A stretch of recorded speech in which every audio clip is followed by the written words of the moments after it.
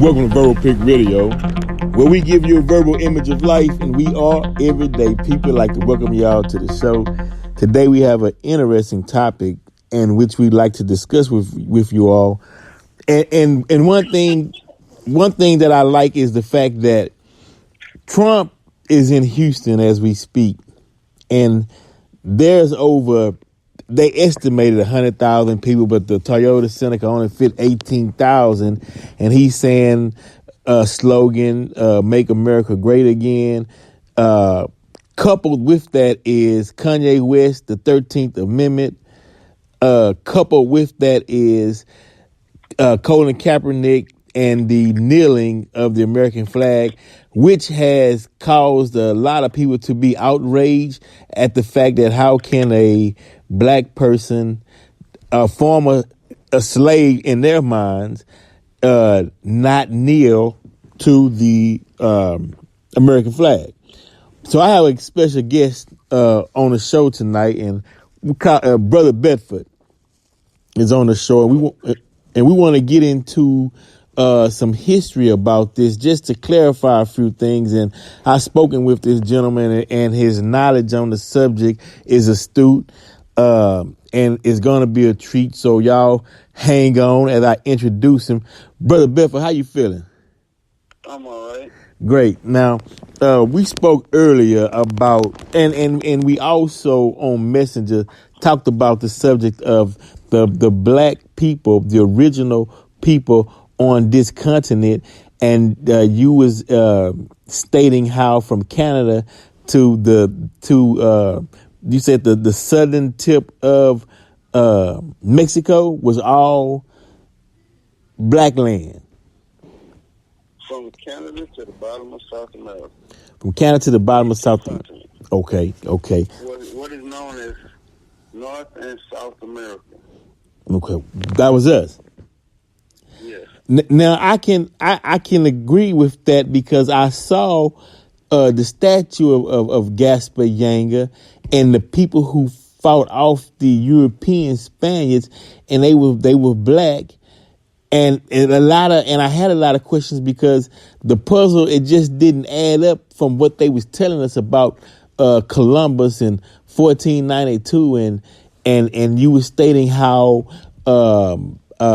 and I believe that was De Soto, I'm not sure, but was saying that when they arrived here, black people was already here. Is that correct? Yeah.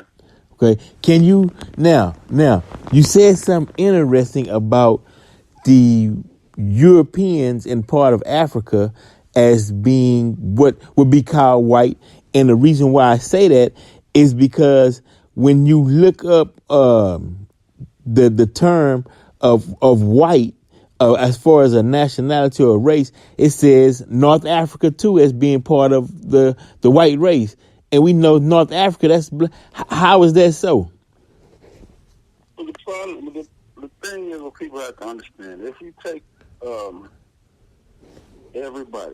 pick everybody up and drop everybody off where they're originated from, where they're indigenous to.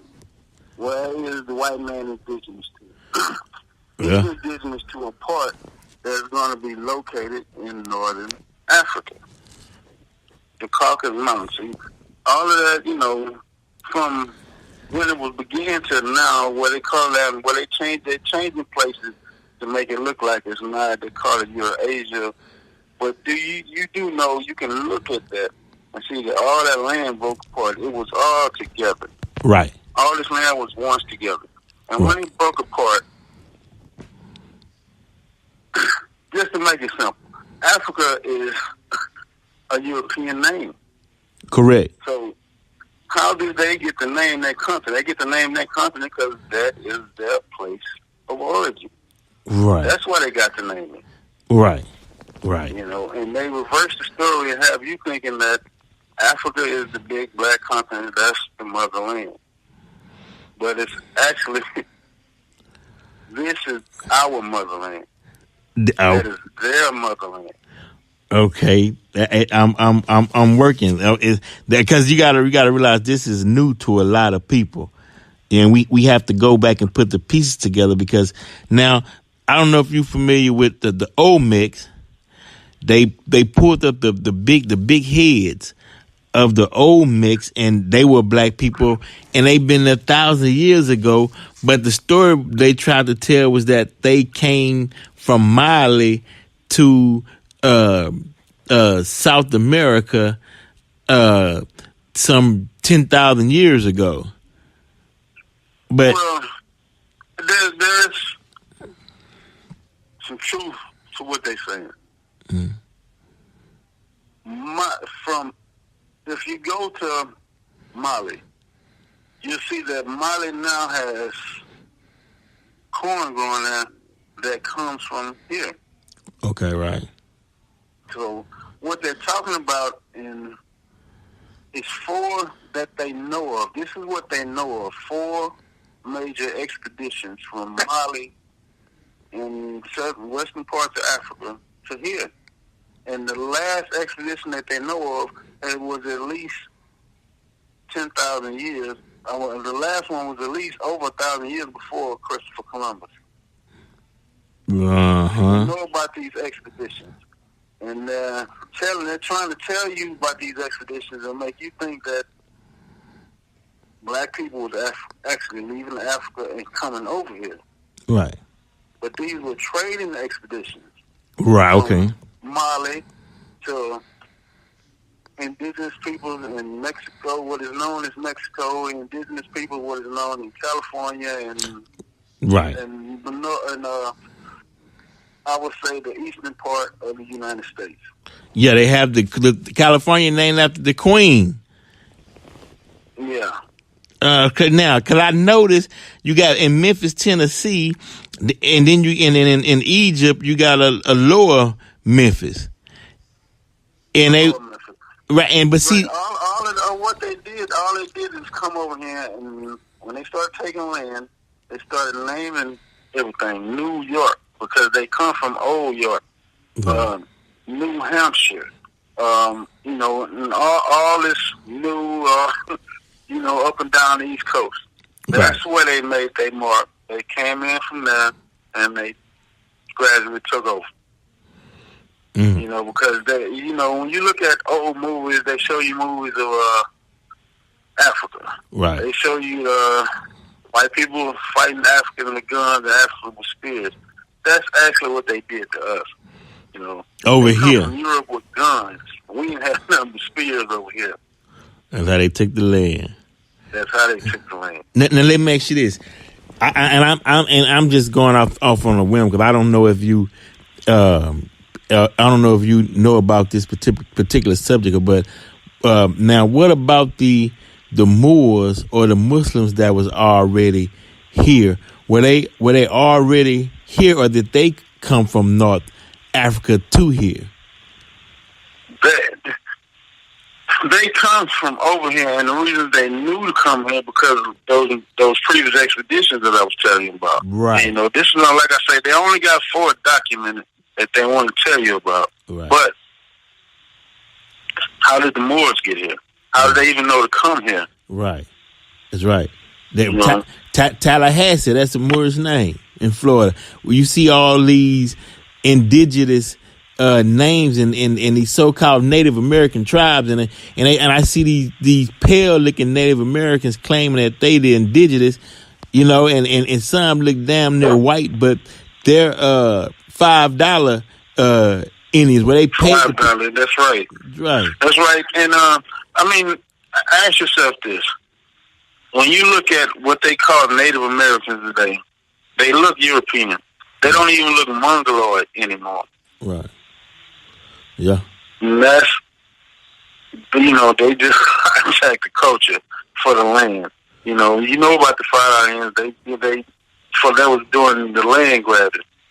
Okay. And that's where all of that comes from.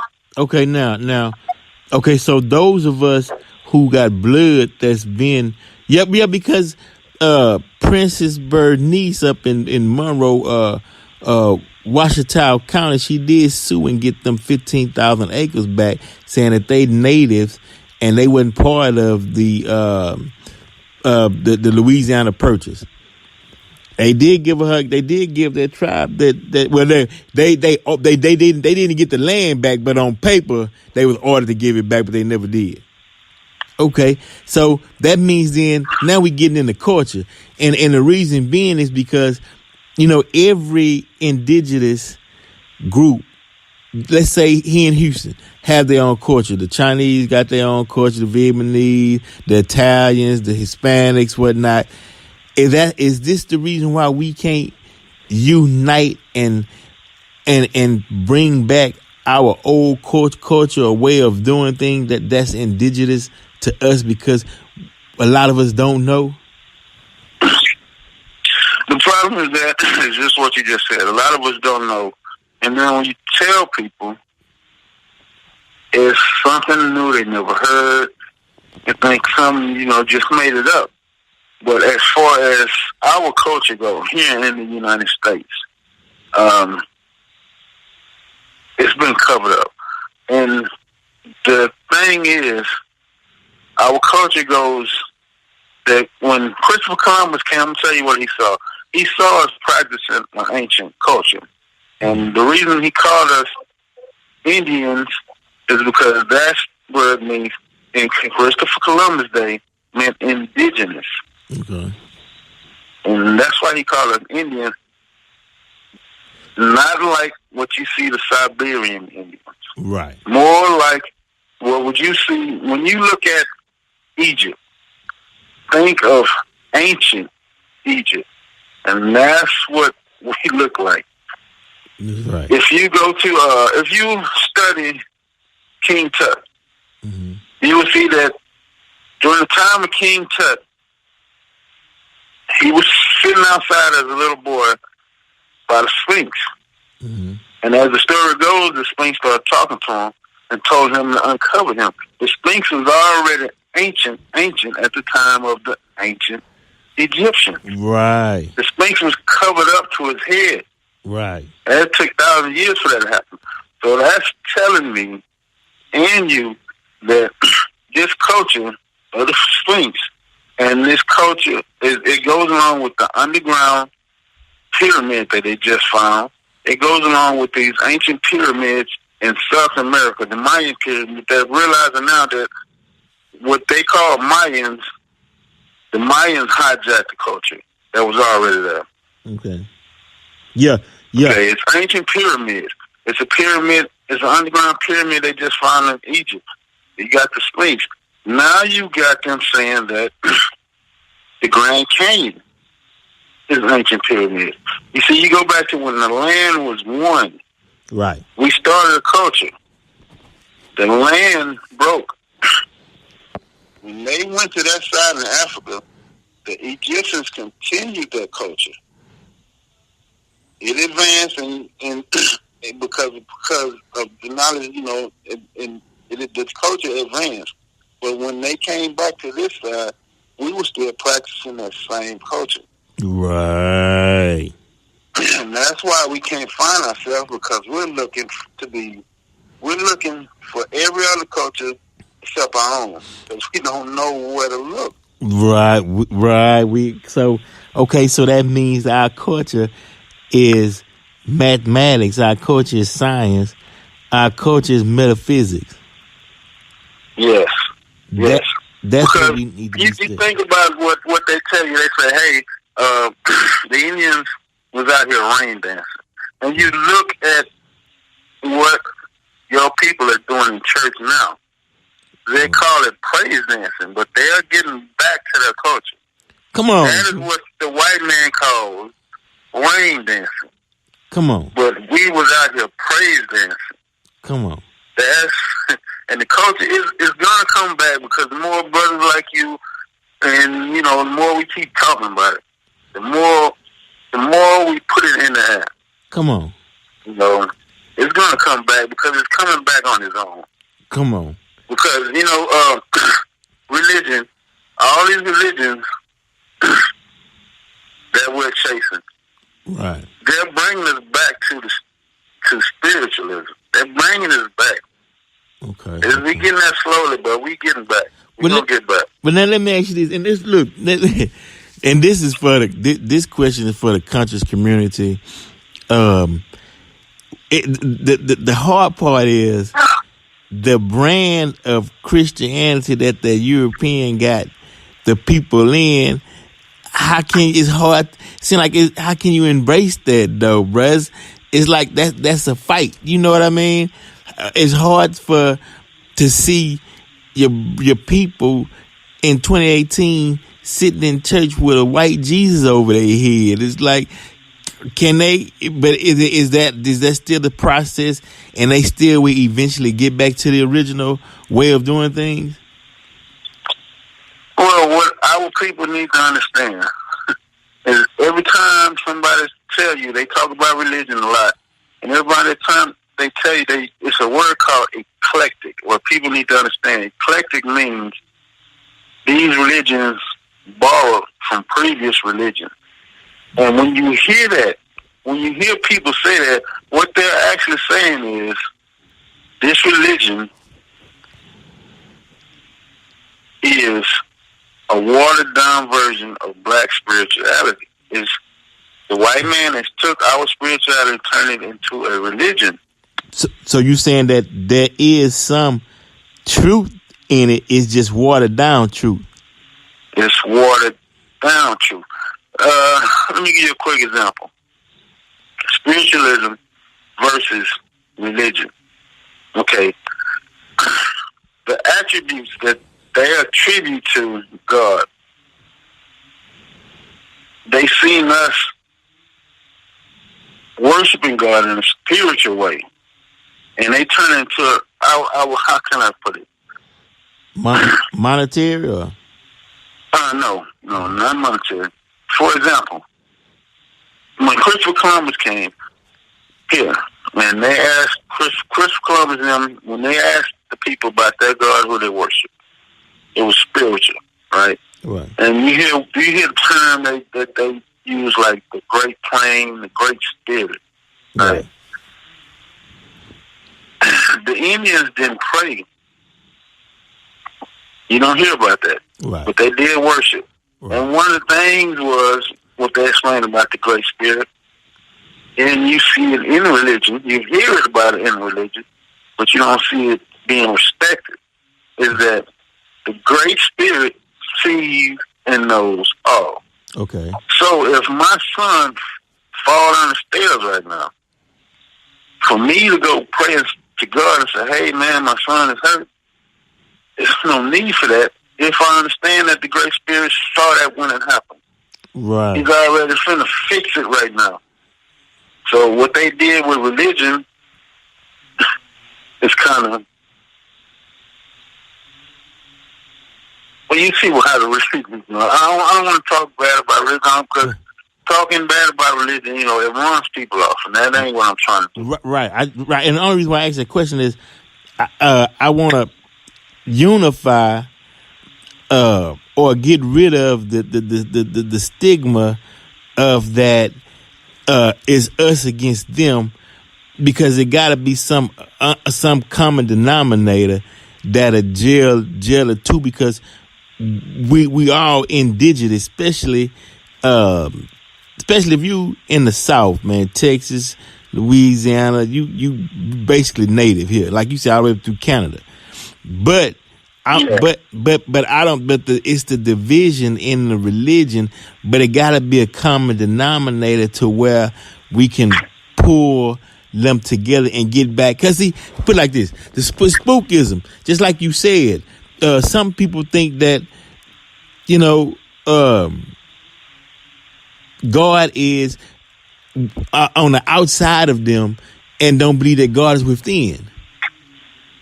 And if he created you, of course, he's within you. But you have to understand that concept so you can tap into your true strengths. But not trying to rewrite, but not trying to demean nobody, put nobody down. The Great Spirit is within you, meaning that, but it's like you said, hell, I had a father, he had a father, and he had a father, and he had a father, and they go all the way back to the original practices.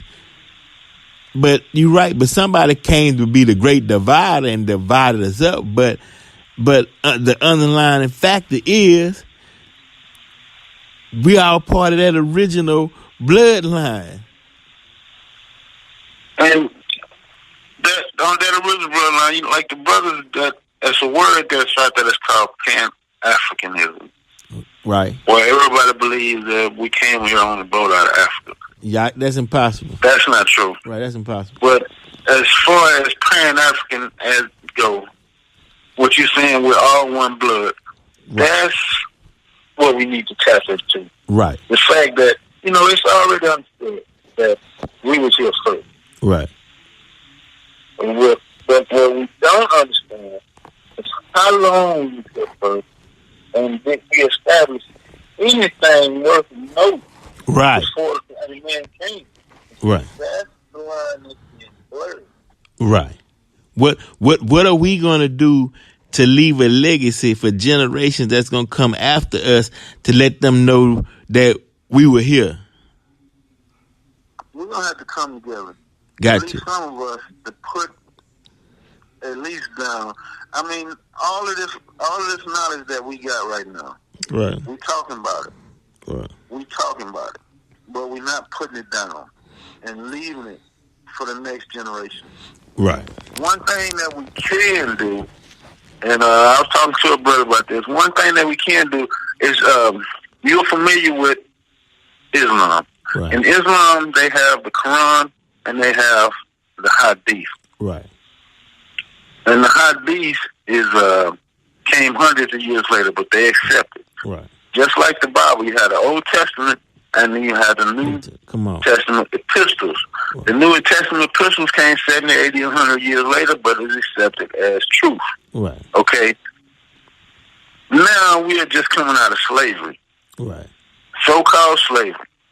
But I'm willing to bet that if we start the conversation, if people, just like they have these challenges on Facebook, take your phone, find somebody 60, 70, 80 years old, and ask them the question, what stories was passed on to you from your great-grandparents? Because my great-grandmother died in 1989. But before she died, she told us we was Indians. She told us we was Indians over and over and over again. Every chance she got. And I'm pretty sure there are plenty of stories floating around right now that's legitimate. Right. That these people are carrying, that they're keeping to themselves. We need to get these stories recorded. Right. Yeah. That people get the older generation to talk about it. Right. And I guarantee we're going to get more We Are Indian stories, 10 times more than any stories about any slavery. Right. That's a fact. Because as far as the records go, as far as the records go, as far as Christopher Columbus' own journals go, the slave trade was blacks being taken away from here. Yeah. And sent to Africa. Right. And this is Christopher Columbus' own words, own journal. Right. Yeah. Yeah. That's yeah. I read that too. Yeah. Bro. And when the white man came over here and started counting us and putting censuses down, the very first census, the Indians are copper colored. The Mongoloid Indians are not even in the United States yet. Mm-hmm. And see, we got these records to prove that the copper-colored people in America is the original indigenous Native American Indian. Right. Right. That's a fact. That's a fact. Yeah. I was reading a story on Tuscaloosa, and there was this Indian named Meg, M-E-G, and they asked him who built the mounds. And they were talking about the mound builders.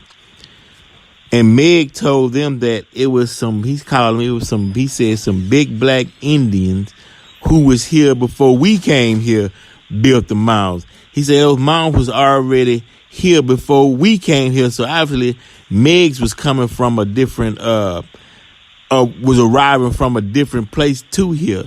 But he was explaining how the mounds was there before his people got there, and he said it was a fight too between Meigs people, and he called them the Big Black Indians, bro. And matter of fact, and Tuscaloosa meant black warrior. He was explaining. So I'm like, yeah, it's there. So that means somebody is benefiting over on the cover up. Yeah. Well, see, what you're doing is what we all need to do. A lot of these words we hear, what do they actually mean when they were first spoken? Like Indian, it meant indigenous. Right. Like the word Seminole. What does Seminole mean? When it was first spoken, it meant runaway slave. When has the Mongoloid Indians ever been slaves? Right. That's right. Damn, bro. That definitely is, bro. Man, that we gotta continue to educate ourselves, first of all. Right. Because so much is being hidden right in plain sight. I mean, right. I mean, and you know what's funny though? Brother Bedford? People that come to me and like one guy, right?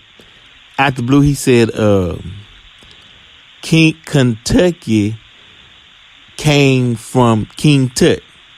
I'm like, huh? You know, and he was trying to drop a little bit on me about the obelisk. Got an obelisk in Egypt, obelisk over here in the D.C. And, you know, he was hinting to what you basically was saying, but didn't come just outright with it, you know. And that's another, you know, but it's like you saying, if you know information, share it with the people. Because sometimes when people know who they are, sometimes it saves them from getting involved in, you know what I mean? When your brain, right, your mind's open, you can deal instead of walking around trying to figure out who you are. Because trust me, white kids know their grandparents. If it was Sam Houston or Jackson, they know, you know. And then when they get down to us, we looking like, you know what I mean? We don't have no stories to tell. Yeah. You don't have no stories to tell. You know, like, you know, they passing on these stories from generations, and you know, and when you know who you are, it helps you a lot. Right. You know, you don't go chasing false dreams, and our people, that's all that we're doing. Right. That's all we're doing. Chasing false dreams. You know, man. And we are ancient people, man. Like I said, this is and that is a legacy that we are about to let this get ripped right from under us. Yeah. Oh, bruh. We getting. I guess it's time for this conversation because time is getting crucial. You know, we got a president like Trump, and not the best. You know, not to get into the political aspect of it, but he's gonna come out and do what he want to do and say what he wants to say. You know, and it's like we still now brothers like you and I, and some brothers out there that found our voice, and we will say truth is truth. It is not personal, or it's just what it is. And some people know the truth, but they're afraid to say it, or I don't know. They think we still back in the 1800s where, you know, they look over their shoulder and you know what I mean? Like, yeah, if you say what you know. You know, you are afraid.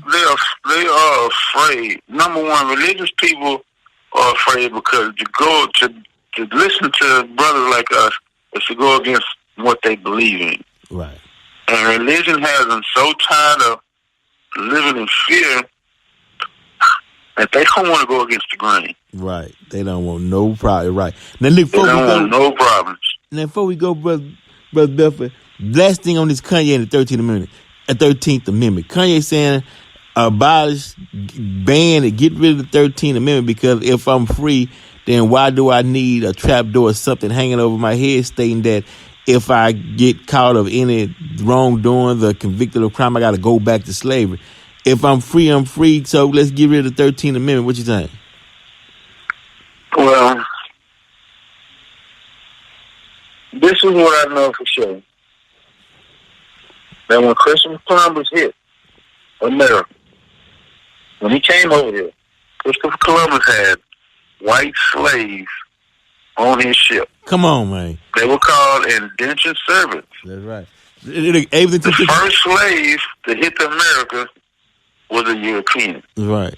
Working at tobacco plants in Virginia. Europeans, they're working at tobacco plants in Virginia. Yes. They came over here as indentured servants. They served. They lived 7 years of slavery, and they got land. Right. Now, if these Europeans are not under the 13th Amendment, it has to be done away with. Because how are you going to force us into slavery on our own land and not force former slaves back into slavery on our land? Come on, man. Come on, bro. That's my point, man. I mean, we got amnesia, bro. It's like, come on, man, wake the hell up. You know, how the hell somebody gonna put you in slavery on your own goddamn land? On my own land?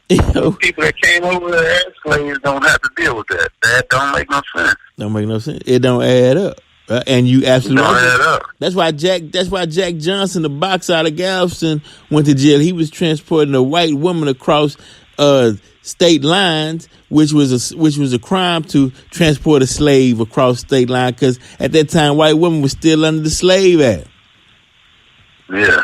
See, people don't know this. People don't know this. But when we say Confederate and we think of the Confederate flag, we think of the Klan and people like that. Right. But if you go back and you study the history of the Confederacy, you'll see that, like I sent you pictures, the Confederacy put the indigenous peoples on their money. Yeah. And the very first monies in America had black people on it. Black people out there. And what I wanted you to see was black people out there picking cotton, not under a slave whip. Right. They were out there doing it on their own, because when they came, this was one of our biggest trades. Just commodities. Come on, talk. Wake them up. Black people are scared to pick cotton because they think, oh, my ancestors was forced to pick cotton. Right. No. You was making money. Why you think a black man invented the cotton gin? Come on, bro, talk about it. Talk about it. It's just hard to talk to your own people because of the lies that we've been telling. Yeah, but it's like you say, man, we gonna stand, we gonna do what we gonna do it, and because a man, and like any other race of men or people, they tell their story, and he tells his story, and when freedom is tell your story, you got the right, you got the right First Amendment right. Oh man, hey look, bro, it's been wonderful speaking with you and sharing this knowledge, bro. We got to do this again. We'll sit down and we coming up with some topics. This is not the last time you're gonna hear from this good brother. I've been knowing him, man, since childhood, man. You know what I mean? And the brother always been intelligent, man. You know what I mean? He'll score one of the highest scores on the SAT. So trust me. You know what I mean? Hey, this a good brother. Brother Bedford, man, I appreciate you having you on the show, and till next time, bruh. Okay, just let me know. We'll put something down and we can get a real conversation going. Yes, sir. Hey, okay. This has been Verbal Pig Radio, and we out.